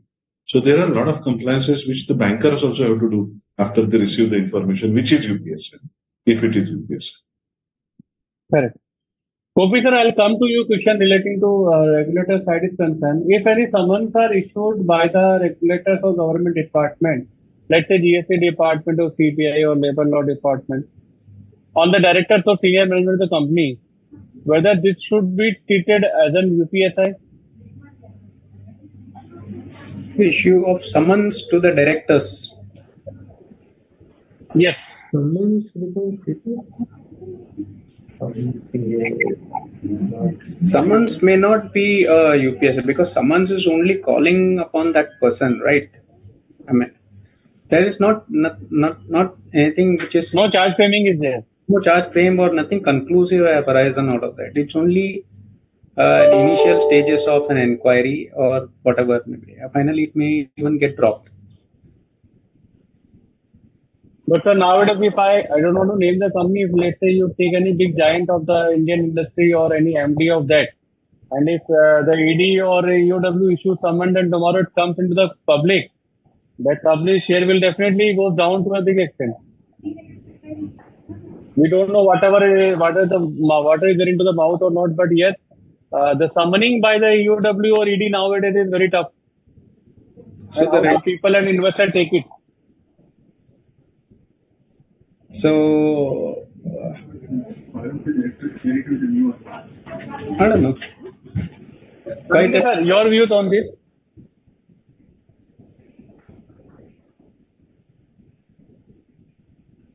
To whom you ask? Anindya, sir.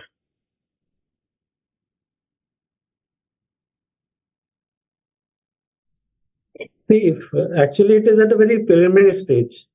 Nothing is fructified. Yes, what you're saying is correct that people speculate and prices move. Is more of a speculation than based on definitive information. So I think I agree with Gopi. It's a subjective, you mean, sir? Subjective? It's subjective, you mean, sir? Right. So let me give one example. In the sense, typically what happens is when such announcements comes in the public domain, in the sense it could be some media or whatever it is, then and there's a price movement. Then in such cases, exchanges do write to the company asking that what is that particular issue, because that's a clear price movement in that particular stock. And if the company is able to explain that whatever that scenario is there and all, then typically in such cases and all, their maintenance or not, it's again, no one will be able to say in binary 1 or 0 type of thing. But in such cases, we do not we just ask for the flow of events, and basis that we take further decisions in that particular matter. At least they should be able to say that when they received that letter, what process they have been following and all that way. So we restrict ourselves to at that particular point of time, unless it's very grave and all that way. So each circumstance will decide that. So again, this is subjective, but this should not be, or the company should not be penalized or put in cushion by the regulator if they are not putting entry into the SGD. Is it? Means that way. That's why I said it's a very one or no answer in binary, 1 or 0. That's so in Makran sir language, better to comply. Yes. No, I would say that even if, because summons is not falling under regulation. Right. It's an inquiry, investigative, and that's not a definitive, like Anindya sir also said, Gopi sir also said. And therefore, even if it's a job of the regulator, that they may ask, we will have to explain. Yes. And even if they ask, we should not get worried. That it's okay. We should explain that this is speculative, and therefore I have not disclosed. It's not UPSI, neither it is it's material. We should explain. This may not be confidential, but it would be price sensitive. See, price sensitive. See, that's what I'm saying. That how market will react, nobody knows. If anybody knew this, then then to mati khatam thi. But it's beyond comprehension. But there has to be a framework, there has to be protocol, there has to be a well thought argument, which is documented. That's what companies will have to demonstrate whenever exchanges ask for the information.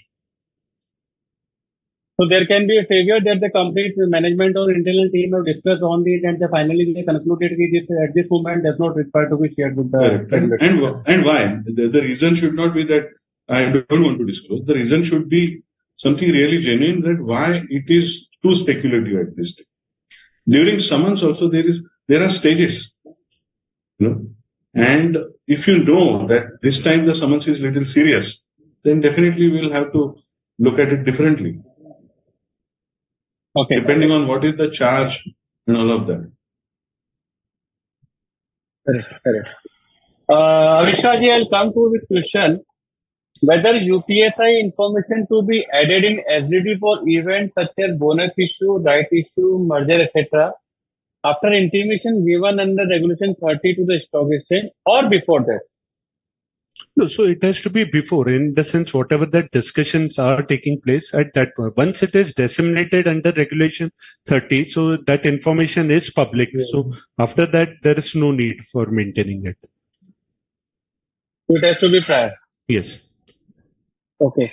And again, one more question to you, Mr. Nayak. Whether the designated person who has shared the information must make entry himself or herself in the SDD, or the compliance officer can make all entries in SDD on their behalf? No, so it's basically how the setup of the organization is that there, if it's a larger, basically the HODs or the department heads do that. Otherwise, if it's a small, then compliance officer can also do. There's no restrictions or any concern areas in such cases. Okay. Gopi sir, in a scheduled board meeting, financial results and dividend are to be approved for which the data is being shared. Is there a need to create two separate events in SDD? Will the recipient of information will be different for both or same? It will be same. It should be same, sir. So then you can have one entry into that. Avishkaji, any different view? No. So I also agree. If it's the same set of people, then there is no. Okay. Anindya sir, again I'll come to you with one question. What measures can be taken by the company to ensure that auditors, advisors, or consultants are maintaining SDD for the UPSI shared with them in the course of day-to-day operations? And what are the remedies available to them? Sir, give me a mute, please. Company has to make all these fiduciaries aware of the PIT regulation, and they are bound by the PIT regulation. They have to comply with that. Okay. Makaran sir, are the statutory auditors or the internal auditors are required to maintain SDD? If yes, in which format? So same, the format, as I said, they have to maintain. Definitely, if they are doing audit of a listed company, definitely they will have to maintain. And the format is almost the same, except that we will also need from whom the information is shared. That piece is also required to be embedded. And there are options available now. So you can easily do that. Again, Makaran sir, the question which we already discussed, but something on the other side of this company. If the listed company is in the process of acquisition of a company which is receiving information and receiving information of the other entity, that is unlisted company. So listed company is receiving information of unlisted company for due diligence purposes. So instead of sharing its own information, is the entry in SDD required by the listed company? When they are receiving information. Yes. Yes, because the information is acquisition. Information is not financial numbers of the unlisted entity. The information about which unpublished price sensitive information about which this entry is made in SDD is proposed acquisition, and therefore I received financials. That piece has to come in SDD. In Kalnis, we have already taken up more than 35 questions. Still, I have been receiving all the questions. So this is going to be a burning topic for the webinar. I'll come to the question, Anindya sir. If there are multiple group companies and they have shared common server but have internal segregation for each company on access control, can those companies host the SDD on the same server? Yeah, there should not be any problem. They can do that. The proper segregation should be there, and one company should not be able to access other company's information. Okay. Avishkarji, in case of designated persons have access to the UPSI directly, that means UPSI being stored on a server with the restricted address, just as I just told. Whether the same need to be recorded in database? So if it's in the database, one entry, so just to hypothetically take an example, financial results.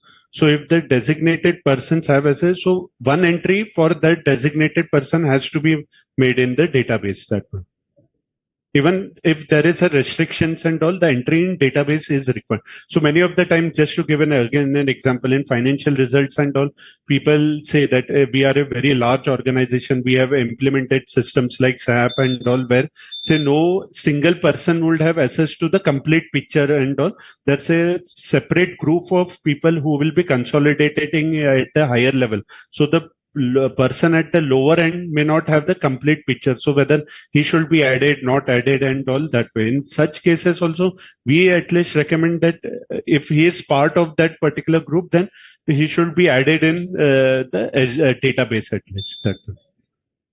Again, I'll come to another question, Avishkarji. Do we need to update details of all projects that might lead to disclosure under Regulation 13, the SDD, or only those projects whose outcome is deemed to be price sensitive as per the initial threshold determined by the management?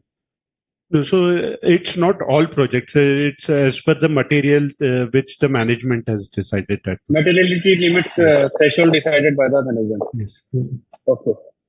Makran sir, should every person included in SDD included as designated person of the company in the system-driven disclosure? Can you go a little slow, Praveen? Should every person included in SDD be included as designated person in the company in system-driven disclosure?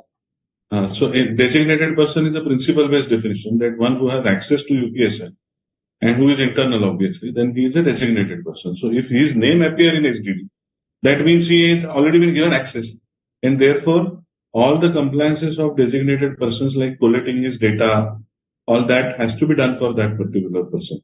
Even if he is not, even if he is little below level person, even if it's not that the threshold which 9.4 as prescribed, even if he is at a lower level, but if his name appears, that means he has been given access. The company should have all his details, his past employment, education, immediate relative, mobile numbers, all of that. Okay. We have few designated person forming part of promoter group. Makran sir, I am coming to you. We have few designated person forming part of promoter group and have common mail ID to enter the details in SDD. In spite of asking unique mail ID, they have not given the same. Is it allowed? His PAN number should be at least unique. Okay. Any other solution, Gopi sir, you wanted to suggest on this? Can you come again on the questions? We have few designated persons forming part of the promoter group and have given common mail ID to enter into the details of the SDD. So instead of asking unique mail ID, they have not given the same. That means the people in the promoter group are not giving the unique email ID. No, if they are not giving unique, then PAN has to be captured of that person. PAN would be the unique identifier. So email won't impact that. If the PAN is unique, that helps. Correct. I think PAN is unique, then it would work actually. Email ID is not a requirement. That's a practical scenario which someone is saying. So during investigation, there could be a problem when the information is sought, how the UPSI was passed. So at that point of time, there could be an issue. For SDD, no, this would not be an issue. Okay. Makran sir, auditors of a company buy shares of their client company when trading window was open. But some people related to the auditor follows him and buy shares during the closure of the trading window of the client company. Will the auditors be responsible for act of related person? His immediate relatives, definitely yes. And no, he is not responsible. These are connected persons who are responsible. He will be responsible only if he has shared the information. It is his duty to ensure that he does not share any information with anyone.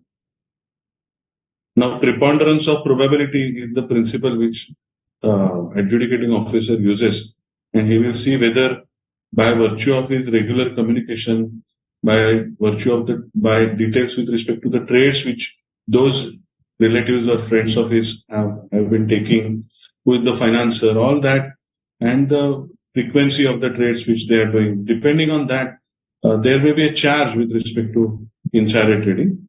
But the preponderance of probability is the golden principle, which Das sir may throw some more light on this point, sir. But sir, let's say the information would have been shared when the window was not closed or the window period was open, and the transaction has been done by the relatives when the window is closed. So whether the auditor is still liable?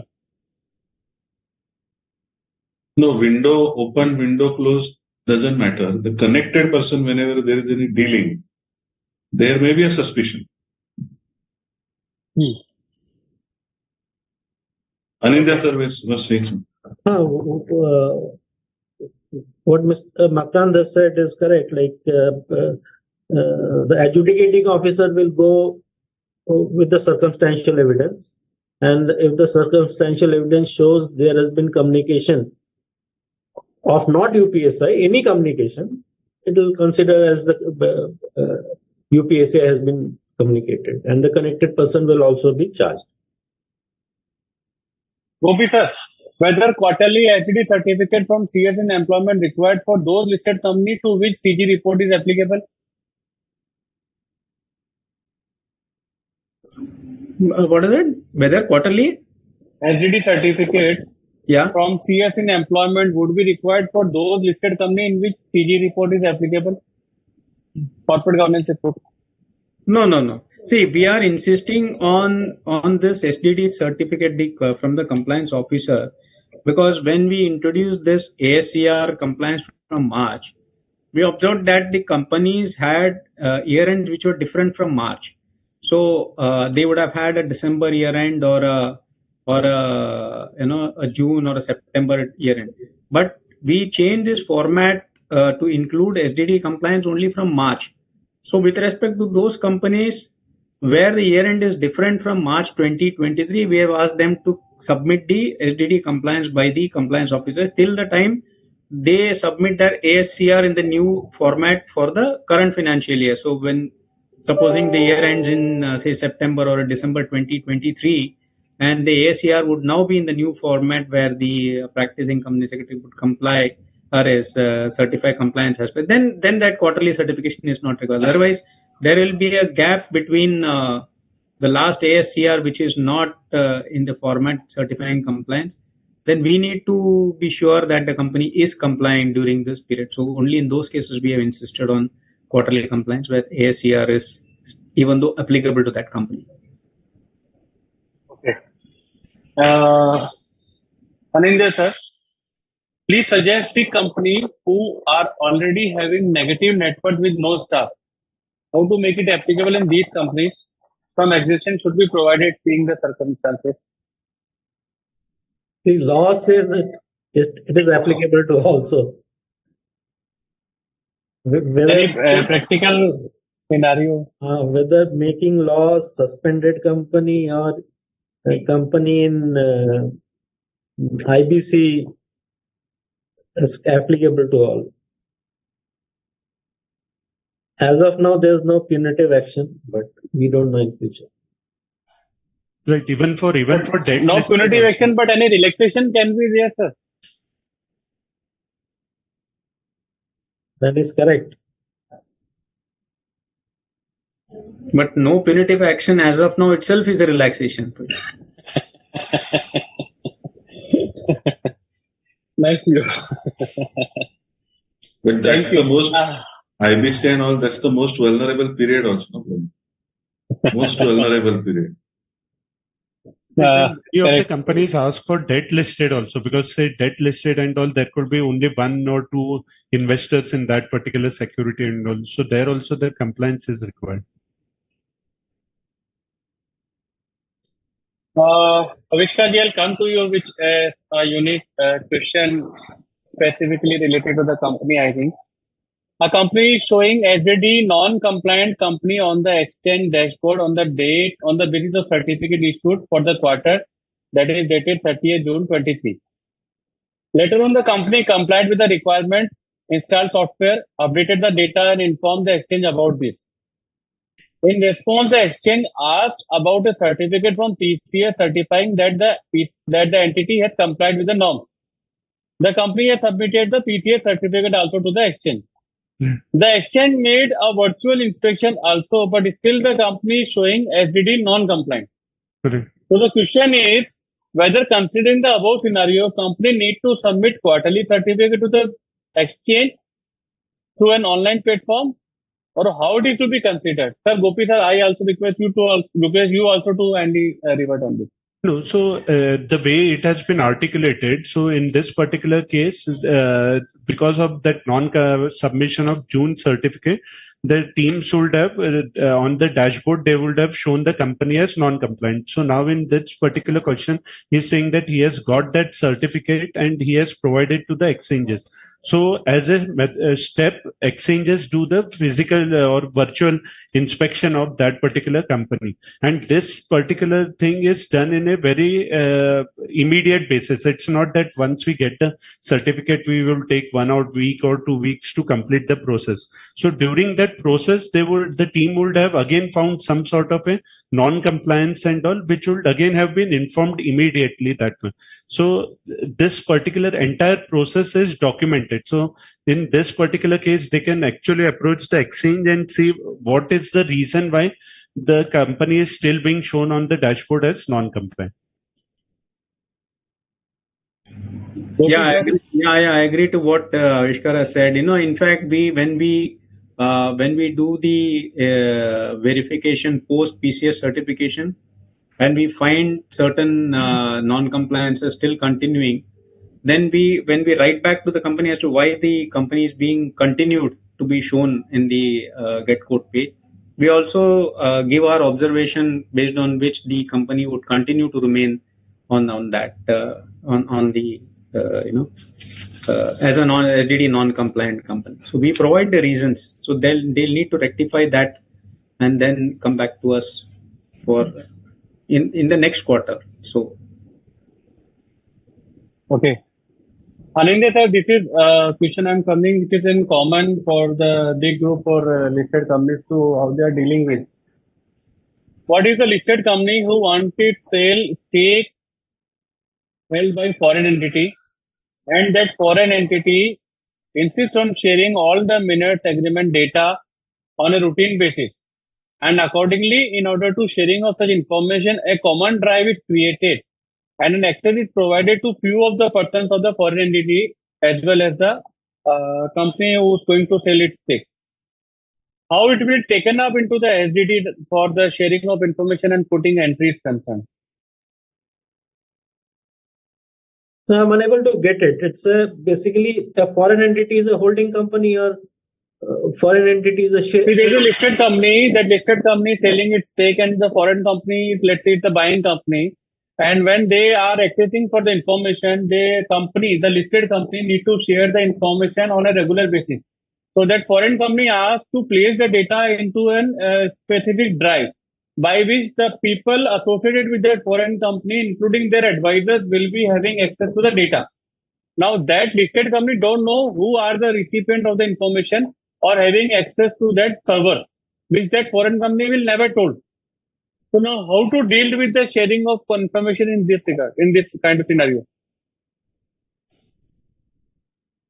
The listed company, this is a common practice. And I am assuming being in, what SDD is trying to do is flow of UPSI and then misuse of UPSI. I am assuming foreign entity would not be trading in Indian shares. Otherwise, he needs to be told this is the regulation which he has to comply with, and he has to ensure that wherever, to whomever this information is shared, has to comply with this. But how to take up the information and record? Gopi sir, you wanted to guide on this.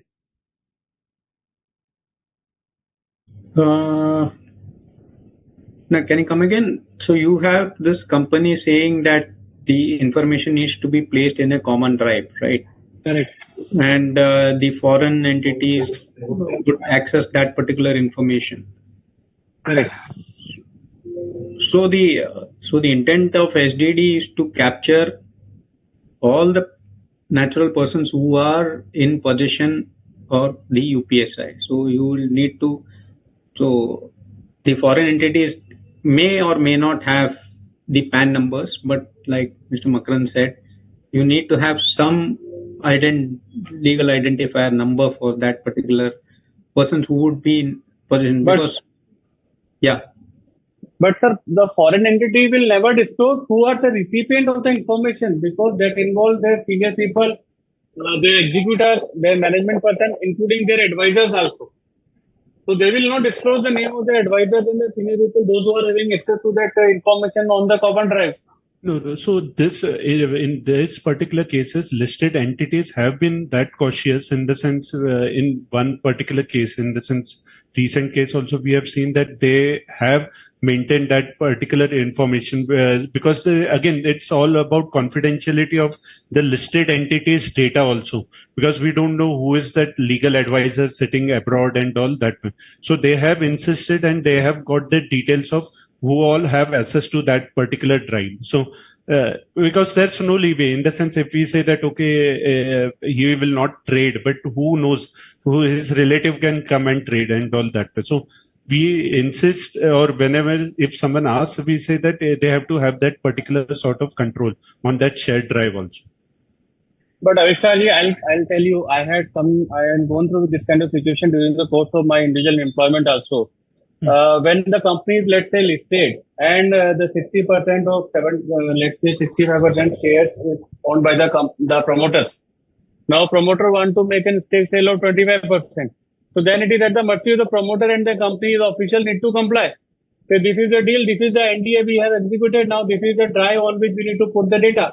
And this drive can be of the consultant, advisors, or the third party those who are performing this. So max to max, we can have an NDA with the third party service platform provider. And then we need to dump all the data that the relevant officials of the relevant department, be it secretary, legal, finance, all are advised to dump the data into that drive. So then no one can see or estimate who are going to be recipient of the information, though company is vigilant and informative and cautious about the confidentiality and the value of the data to be shared. But yes, they cannot pre-estimate who is going to be the recipient of the data. And they cannot ask the company or the management or the CEO, can you let me know the recipient of this data? I need to put entry into SDT. It's not, and really not practicable for the company, especially for the compliance officer. You can take confirmation from foreign entity that all the advisors have actually.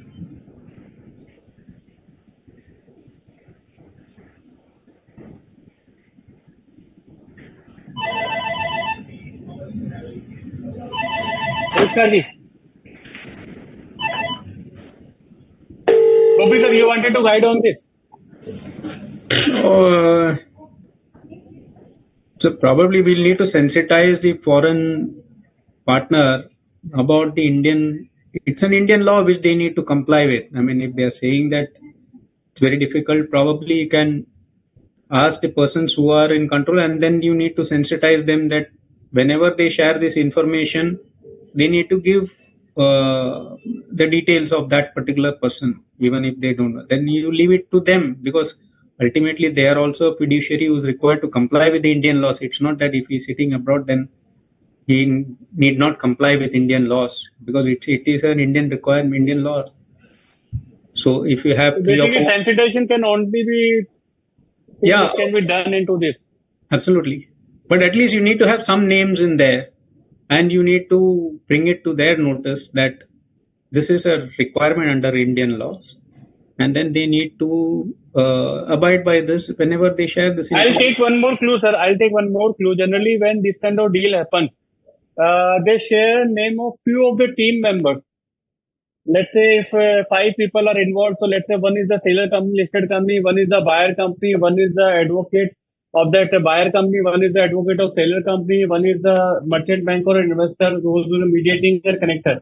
So they shared name of 3-4 people from each of the company who will be the primary team member working on this particular project. Then by default we put the name of those people.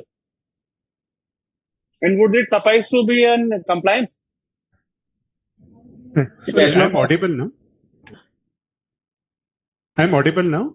Yes, Avishka, you are audible. So in such cases, the way Gopi sir has also articulated, in few cases or in 2 or 3 cases which we have looked at, the company has been able to maintain it in the sense at a foreign entity level also.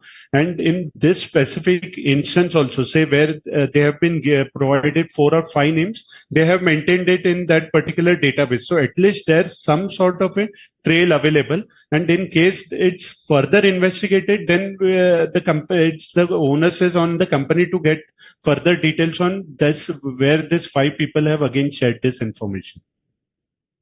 Company means a buyer company, foreign company.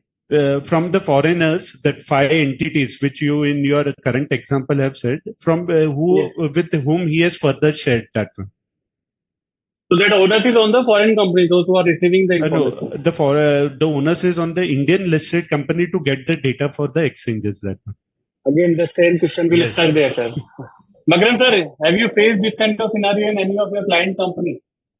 So all company secretaries spend now hours and hours in communication, convincing, sharing the provisions, sharing pronouncements. What happens if I don't do? Where it is mentioned? Because you are also the other side is also professional. If you are able to quote the relevant law which is applicable here and some PIT regulations, it's not so expressly mentioned that you are required to take fiduciary is also little open-ended. So such type of questions also come that I am not covered in this definition which is mentioned in the regulation 3.5 or under fiduciary explanation which is appearing under PIT regulation. Then you have to go on and on. So you have to, every time they require a backup as to why are we asking this information. And we have to convince them. That is an important thing. Because see what we are getting in INR, they are getting into USD. So they are more smarter and they will share the information only if it is asked by the regulator, not by your compliance officer. So they ask which regulation requires you to have this data, where it is going to get stored. So all that they need to be given comfort. So many hours will go in this communication, but that is inevitable. And in fact, let me say it is not only the foreign partner who will ask for you. In fact, your company's on MD will say, you tell me if it is written by SEBI. Correct. If it has been written by the SEBI, give me a SEBI note or SEBI notification. I will comply with it. Otherwise, you please keep silent. Let me do my deal. Now, this webinar is hosted on YouTube. So all smart company secretaries may use this, that look, these were the office bearers of stock exchange and SEBI. Look what they are saying. God. But the provisions you have to show. Yeah. Correct. So that the ultimate thing is that you can sensitize as has been communicated by Gopi sir.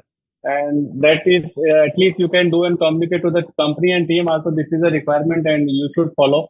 The rest is God knows. I'll come on the next question, Avishkar ji. If trading of any company is suspended, then why it is required to comply with the SDD? No, during the suspension period and all, so the company is only the trading has been halted. There is business going on as usual at that particular company. So that suspension will be because of, say, non-compliance to SOP circular or some other reasons and all that one.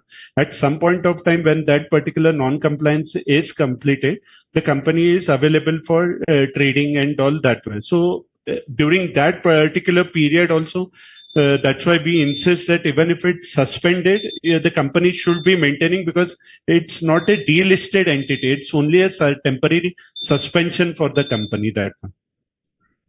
Okay. Makanji, I'll come to you with question. Please throw some light on the clear distinction of responsibility between the principal officer and designated director. Normally, it is experienced that designated director depend on principal officer for entire compliances.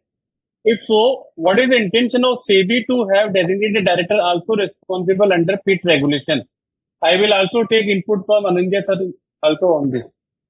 This designated director concept is not there in PIT. It is under broker regulation and other SEBI Might be designated person. inter- They would be asking the director is declared as a designated person. So Because it designated is overall person. responsibility of the board. No. So again, ask your question again. If I would have to rate They might have defined the director as a designated person because it is Okay. overall responsibility of the board. You want me to repeat the question again? Yeah. Please throw some light on the clear distinction of responsibility between principal officer and designated director. That means a designated person, director who is a designated person. Normally, it is explained that designated director depend on principal officer for certain compliances. If so, what is the intention of SEBI to have designated director also responsible under the PIT regulation? So I feel that principal officer term is also not there. There's the compliance officer, and Yes, there is compliance the officer. designated person. So Yes. Compliance officer is there to ensure that the framework, the policy, the code, all of that is there or not. Under Regulation 9A, it is the responsibility of a managing director to ensure that there are adequate mechanisms and systems and processes to take care of compliance of applicable law. There is under Regulation 980 the duty of audit committee to ensure that those systems are effectively functioning, and the board of directors from the context of ensuring STD is also there and overall responsibility of the board. And therefore, compliance officer is responsible, but every designated person is responsible to ensuring that the ring fencing of UPSI. So there can be an overlap with respect to this responsibility, and that is there. That is there. So designated person is particularly responsible for giving his information, for ensuring that he does not share that information with anyone else unless there is a need to know confidentiality agreement, SDD is updated. So these are specific responsibilities of and not to trade, of course, and not to trade or not to deal in the shares of the company. That is the primary responsibility of designated officer. To ensure that designated officer perform his role is the responsibility of compliance officer. And if whether this entire mechanism is first of all setting up this mechanism and then reporting, setting up of the mechanism is managing director's role, and whether this mechanism is working effectively, that responsibilities of the audit committee. So there are different responsibilities casted under prohibition of insider trading regulation on each of this, and therefore these are different. It's not same, although there seems to be an overlap, but it's not same. Yes, I agree with what Mr. Makran sir said. See, functions are different. There could be an overlap. Like as Mr. Makran said, the compliance officer can also be a designated person. It's possible in some organizations. There could be overlap, but again, everybody's roles is different. It's not. So I think it's not that there's a duplication. No duplication. Both people have their own responsibilities. Okay. Gopi sir, if a trading window for particular transaction is revoked after its completion and trading window is closed for another transaction, then a person who is included in both the transaction trade in securities after opening of trading window for first transaction.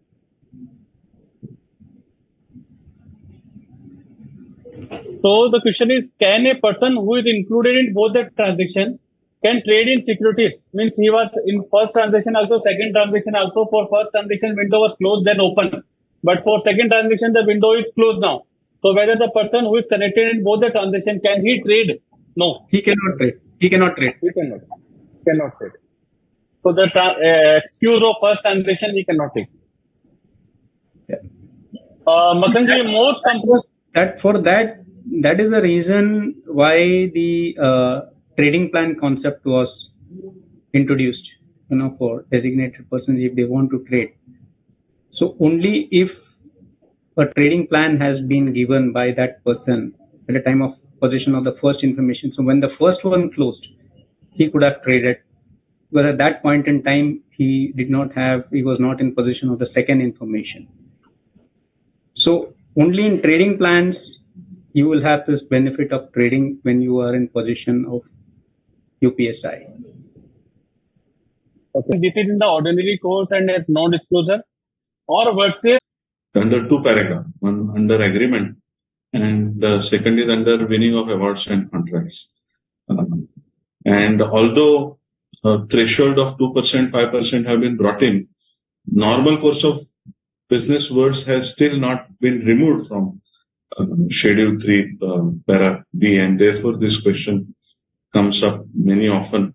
Probably till the time those words are there can be different thresholds or different parameters one company can adopt. As far as defense of this is a normal course of business and therefore it should not be considered as unpublished price sensitive information, that lot of pronouncements have happened in this particular family of subject, and there are at least, I will tell you, 20-25 orders where they say that this normal course of business argument will not sustain with respect to price sensitive information. Guidance with respect to 2% and 5% can also be useful for the company to determine whether it is a UPSI or not. okay. Anindya sir, I'll come to a practical problem which generally company secretary and employment are facing.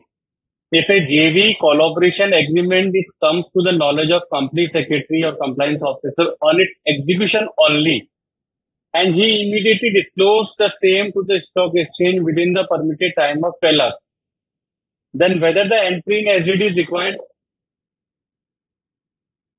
See, if it was a UPSI, it has to be. Only thing is, what I understood is that he came to know later. So he needs to sensitize the management that whenever it became a UPSI, it should have been informed to him. Because this Sir, I'll tell you. Please. Because it appears that it was a UPSI and only when it is fructified, you are informing to the exchange. So, Sir, I'll tell you the should I sir? Yeah, I'll tell you the practical issues when generally boards are in a mid-level listed company. They are always in considering of 3-4 proposals for acquisition is concerned.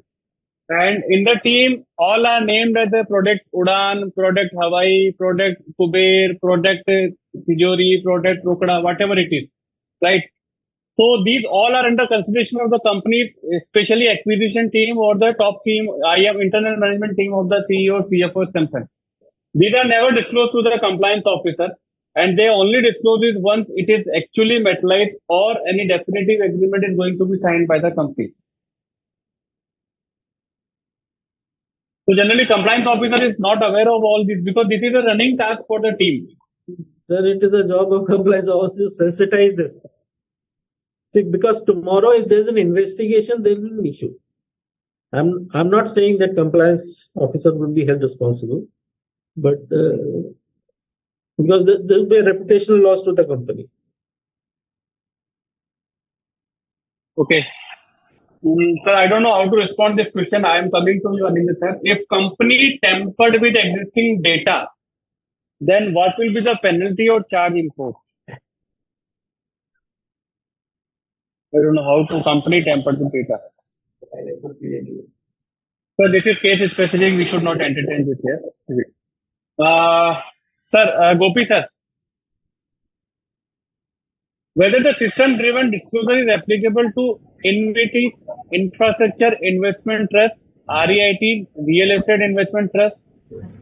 As per the circular issued, it applies to top 2000 entities. However, name of listed InvITs and REITs does not appear in the top 2000 listed entities.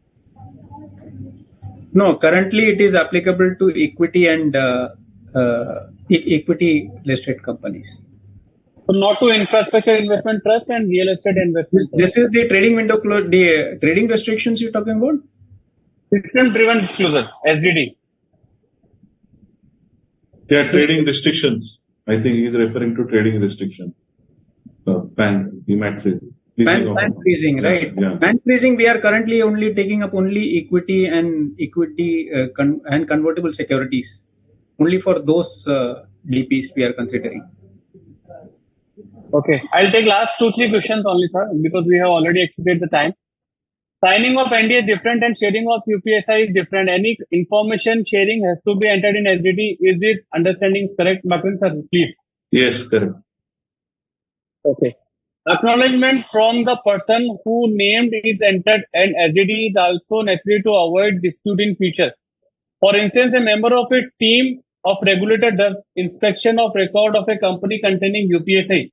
Whether SEBI has issued any clarification in this regard? Gopi sir. Come again? Acknowledgement from the person whose name is entered in the SDD is also necessary to avoid any future dispute.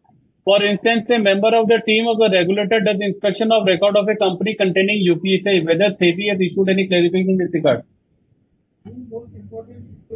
No, SEBI has not issued any clarification. See, generally, when we inspect only those where the UPSI is already closed, either in terms of a disclosure or it has closed.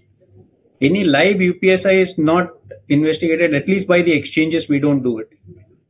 But as far as regulatory is concerned, we will not be able to say anything. So the question is actually, let's say someone comes from regulator into the company document and they inspect the minutes and all that. So that is the UPSI or the confidential information that the person is regulator is checking. So whether acknowledgement from that person is required or not? Acknowledgement for having access to the UPSI? Yes. Obviously, it would be required. But that's what I'm telling. We don't inspect any of the information relating to UPSI. As far as exchange is concerned, I can say that we, even when we are doing the SDD compliance through your systems, we only look at those where you have already made disclosures to the exchange. We don't look at those which are currently live in the system. We will not ask you to show us what that UPSI is, what is the type of entry that has been made into the system. I hope regulator do not check the latest minutes of the board meetings, because that may contain some UPSI or any investment proposal that would have been considered by the company into the board. May or may not be executed or materialized. At least the exchanges don't call for the such information. Okay. Ji, sir. Minutes are called only for the information being investigated. By the time SEBI takes a case for investigation, it is already in public domain. So suppose insider trading violation has been investigated, that information is already in public domain and minutes pertaining to that particular event has been called for. So current minutes are not called for.